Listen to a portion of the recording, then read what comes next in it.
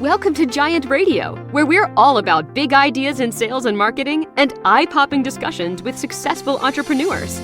Turn up the volume and settle in.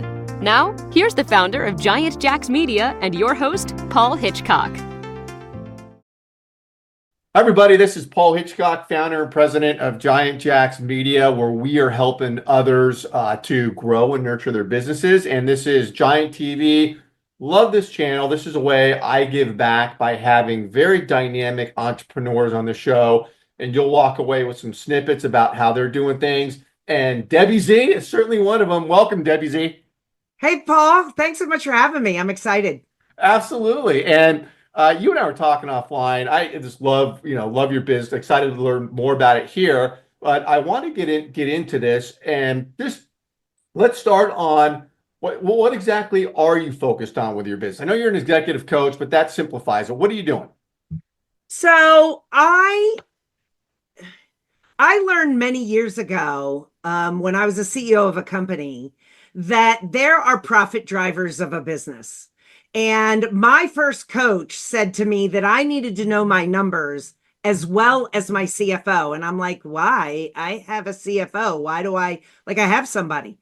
And she very wisely said, how are you paid? How are you compensated? And I said, well, it's a salary plus bonus. And she goes, how's the bonus paid? Now, of course, she knows the answer. I said, I was paid on profit. And then I went, Bing, bing, bing, bing, bing. Yeah. I need to know the numbers. And I said, well, how do I do that? Now, I had a working knowledge of filling out taxes and tax deductible expenses. And so I had a working knowledge of business around numbers. But I'm like, well, how do I do that? She says, I want you to sit down with your CFO every month, and I want you to go line by line. We closed out our books every month to look, because obviously I'm paid on profit. You have to know what the numbers are. So we closed out our books every month. And I went line by line. I said, well, what am I looking for? She says, you're not really looking for anything. You're looking to understand, how is this number figured? Where does it come from? And she goes, slowly over time, you're going to start to see the story of the numbers. Oh, interesting. And then you're going to be able to forecast, and then you're going to be able to understand the ways to cut expenses to increase profit. Brilliant. And so I built this amazing skill to understand the profit levers of the business. Yeah. Fast forward, no longer the CEO, I move into coaching, and I realize that most business owners don't understand the profit levers of their business. They're really good at their craft. They're good at the product or service they sell, but they don't really know the profit levers. No judgment. They manage to be very successful without knowing them. Yeah. But I realized that I could help a business owner learn to identify the profit levers in their business, and small changes create dramatic results. So about 5 years ago at the pandemic, I was at a crossroads, and I said, I want to do this full time. I want to help small and medium-sized businesses figure out the profit levers of their business and basically identify the pathway to faster profit. Story, but that's actually, so I help small to medium-sized businesses identify the profit levers, and then I teach them how to move them to increase profit. Well, so and because I see your tagline here. One of them on LinkedIn is "Stop throwing spaghetti against the wall to grow your business." I love it. And so the profit thing is interesting.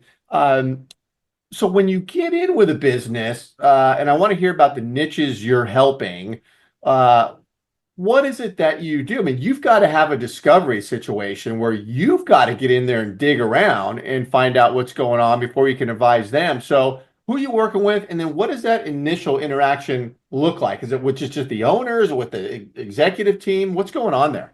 Yeah. So I target the business owner. I'm open to having some preliminary discussion with people that might be in, influence for the owner. But ultimately, I'm working with the owner. Now, when I'm working with the client, I might be working with the CEO, right? Yeah. But the owner is making that decision on working together. And then as far as, I'll answer two questions. One is the type of business I like working with. And then how do I really figure out how I can help them? So number one, I love service-based businesses, B2B and B2C. And that's only because I'm one of those weirdos that loves sales. I love it. To me, sales is service. So I don't love slimy sales. I love, how do you move a potential customer from not wanting to do business with you to wanting to do business with them because they see you're the pathway to achieving their goal. Well, So I I gotta tell you, love it's weird that working. well, I was just gonna say it's weird you love sales because you don't have an outgoing personality and I you know. seem really quiet. I know. I just really believe that sales is service, right? I don't Yeah. sell anybody anything. I help identify if you have a Debbie-shaped hole in your business. And if you have a Mhm. Debbie-shaped hole, then I can help you.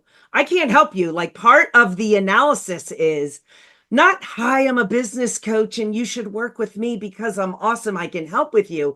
Yeah. I actually do a free business assessment for business owners Oh, where we go in and we look at some of the profit levers. We look at how they're currently impacting those profit levers. And what would it look like if we were able to improve that efficiency in that area? And so it's a 1 hour assessment. And my offer is that I can show you how you can double your profit. And most business owners don't believe me. They don't huh. believe that it's possible because they've been trying to double their profit since they started their business.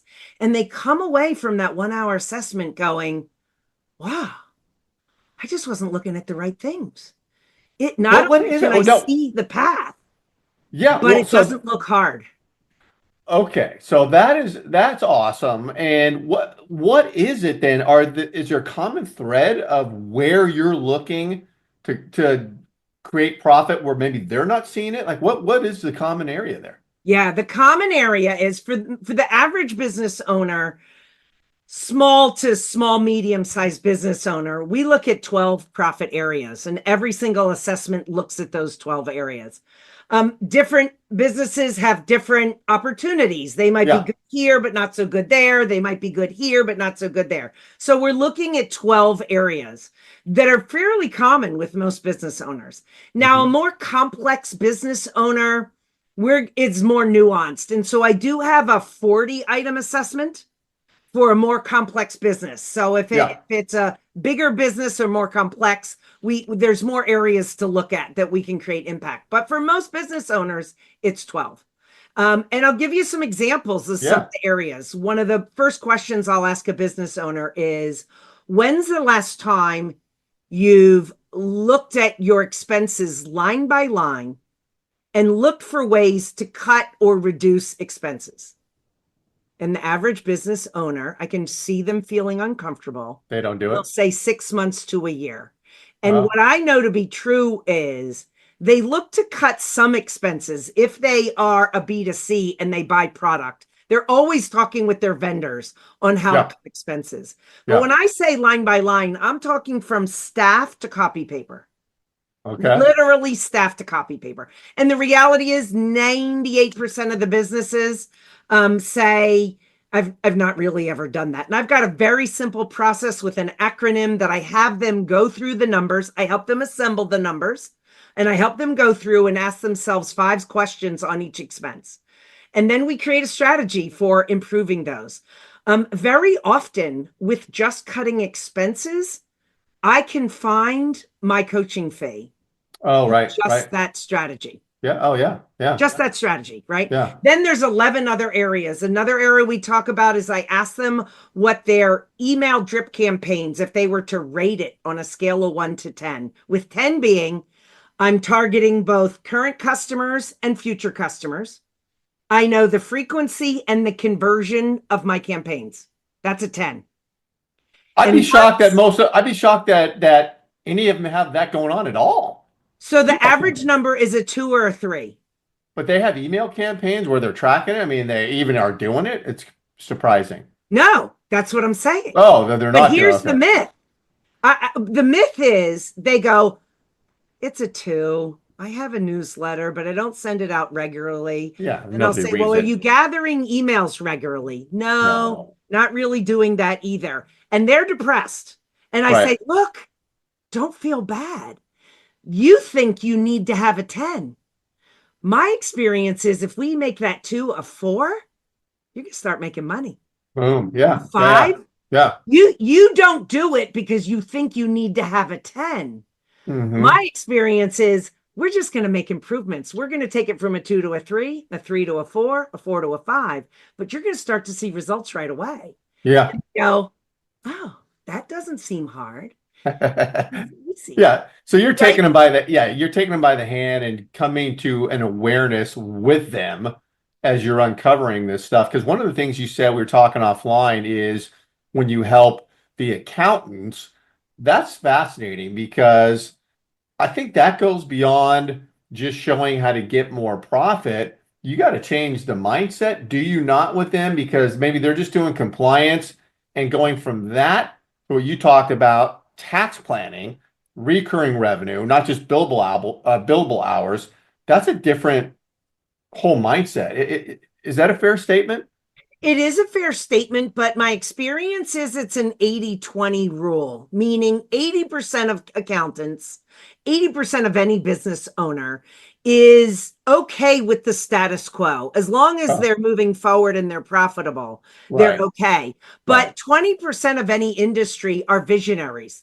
They're looking for solutions. They're looking for opportunity. They're looking for growth. And I'm looking for the people that are looking for me, right? When you say to the average business owner, would you ever hire a coach or consultant? Nah, That's nah. true. Very true. Very true. I don't. But 20% is, I'd love to find a solution. I'd love to find a way to figure it out. If I'd love to find someone that could help me. Very So true I'm statement. looking Yeah. for the 20%. I'm not really looking to, when we talk about marketing all the time, very often businesses are only targeting the people that are ready to buy. They're Yeah. not targeting people that are in the education phase, right? And that's another opportunity to help them kind of get a hold of potential clients in advance of them making their decision. Yeah. Then there's also problem aware and problem unaware. I'm not working with people that are problem unaware. I want to work with people that are like, I'm looking to grow my business. It's important to grow my business. I've tried to grow my business, haven't quite been able to figure it out. But somebody somewhere has to know how to do that. And I'm committed to figuring that out. Those are my people, right? The ones That's a that great, are, yeah, that's yeah, a great way to say it because those are two very different areas of prospects, or whatever you want to call it. I used to call it inbound versus outbound. Outbound is you're trying to convince somebody they even need help, they even have a problem, which cold outreach, very hard, versus inbound, which you describe. People know they have an issue and they're looking for the right person. Very different conversations. You said it really well. So that yeah. is awesome. And then Debbie, what how long does an engagement last with you? You go in there, what is a typical engagement for you? Typical engagement usually is a several years Yeah. Yep. because they find so much success so quickly and it's ongoing, right? It's not like, oh, Right. we figured out how to double profit. We're done. Yeah. Well, no, let's triple it. Let's quadruple it. So my typical engagement usually is several years Yeah. because, the first year we're doing the low hanging fruit. And the second year we're getting nuanced, right? And it depends on the the customer, the client is what do they want, Yeah. right? There's a cost to growth. Yeah. Cost. Yeah. You know, For sure. my goal is another sort of phrase I use all the time is I help business owners increase profit and increase joy. When you increase profit and now the business owns you, that's no fun, right? So how do we have a leveraged business that's making money that also brings me joy? I can take a vacation. I can spend time with my family. The business doesn't own me, I own the business. So year 1, the business owns them. We're Yeah. we're we're we're increasing that profit and there is a cost to that. Year 2, we're leveraging. How do hmm we, are we still on a huge growth path? Do we really want to double, triple, quadruple? If we are, great, let's go. Now, if we want lifestyle, let's figure out how to do that. How do we bring in people to do the actions that leverage the business owner from being married to that business? I love to ask business owners about the day they sat at their kitchen table to launch their business. Now, that's a metaphor, but every single business owner had a moment where they're like, I think I can do this, and this is what I want to do. Or at the bar, at They the bar. saw that day was not an 80-hour week. Yeah. Right. and Right. barely six figures. That's not what they saw. They might not have seen luxury, but they saw ease. They saw revenue, they saw ease. And so, how do we get back to that? Hmm. Right? Hmm. Yeah, great stuff. And I, of course, pointed out earlier the "Today I Choose Joy" sign behind you. I love that. But one of the last things I want to ask you about is accountability, because you know, you, me, I mean, all of us who are working with people and say, hey, these are solutions, these are tasks, these are things that can benefit you in some way. Great. You and me, we're not doing those tasks. They got to do them. So there's an accountability issue there. And as great as you may be on the front end, if they're not accountable and not executing, who cares what you did? Because it's all going to fall apart. So how do you embed accountability when you're working with these folks? I find that most coaches or consultants struggle because they don't share expectations up front. So I do the assessment, and many times at the end of the assessment, people are like, oh my gosh, this is amazing. Yeah. How do I work with you? What will it cost? How do I do that? And I go, whoa, whoa, whoa, whoa.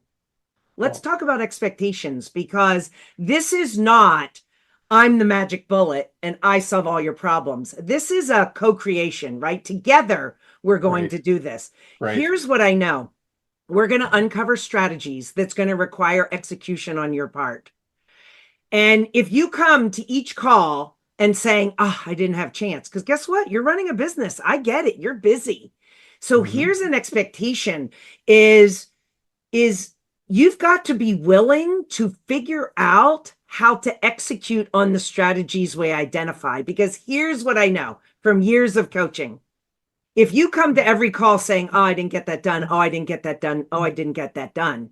3 months down the road, you're going to say, I don't think this is working for me. And in your mind, it's me. Correct. Correct. Absolutely And in true. my mind, it's Absolutely true. you. So Absolutely true. now we have an agreement that we think we can work together. Let's talk about expectations. I have a weekly call. I expect you to meet with me weekly. Now, do I understand that things got in the way? But I want you to fight. Something gets in the way to still meet this week. Hmm. Because here's what I know. If you don't take action every week, you're not going to find progress. And if we miss weeks, so if you consistently don't show up, then we're not a fit. If you consistently don't take action, we're not a fit. You have to really be committed to solving this issue. And so the reason I have the expectation call is because it still happens. Life gets in the way. Their business still, they're still really business in their week in every week. But Yeah. now that we had that expectation in the front, I could say, hey, I've noticed you've shown up to the last 2 weeks and you haven't been able to take action. What's going on? Let's Mhm. figure this out. How do we carve this up? Like, I also am good at accountability, that if you can't figure out a way to get things done, let's talk about a Yeah. way to let's get it on your calendar. Let's do it Sunday night. Let's do it before you start your workday. Let's come up with that strategy. People need two things to be successful: strategy and execution. And believe it or not, strategy is easy. Yeah. Strategy is easy. Yeah. Execution is hard. Yeah. I feel like, yes, I help business owners with the strategy, but the real value is I hold them accountable to the micro steps so if we're going to look at your expenses, week one, I'm going to say, okay, get your credit card statements, get your bank statements, get your annual contracts, like your insurance contracts. I want you to get them all together. Your only job this week is assemble. Let's assemble these items. Week two, now let's talk about my acronym on how to look at each of these items and ask yourself a question about whether we can eliminate it completely, whether we need to renegotiate it, whether we have other strategies. And let's identify all your expenses. Week three is, let's now go take some actions. Let's eliminate the things that we identified that we can eliminate. Let's create a negotiation plan for those items that we need to negotiate. Let's create a reduction plan for those things that we need to reduce. And let's now create a plan and implement, right? So it's that weekly action, not like go gather your expenses, go figure out what you can cut and come back next week. It's really walking through the action steps to execute on each of those things. Oh, this is great. I'm just taking notes here. I love that co-creation. That's a great way to put it when there's accountability on both ends. Hey, we're co-creating this thing together. Yeah. That's such a great way to say it. Debbie, I swear I could talk to you forever and listen to you. You got so many golden nuggets. I want to tell everybody listening, get connected to Debbie Z. Her information, wherever you're watching this, because we stream this everywhere, is around this video. And I know you mentioned you do have a complimentary assessment you will do for anybody. That's great. So, you can reach out and get connected that way. Debbie, awesome. I know we'll be talking again. I'm very interested in your progress. Thanks for doing this.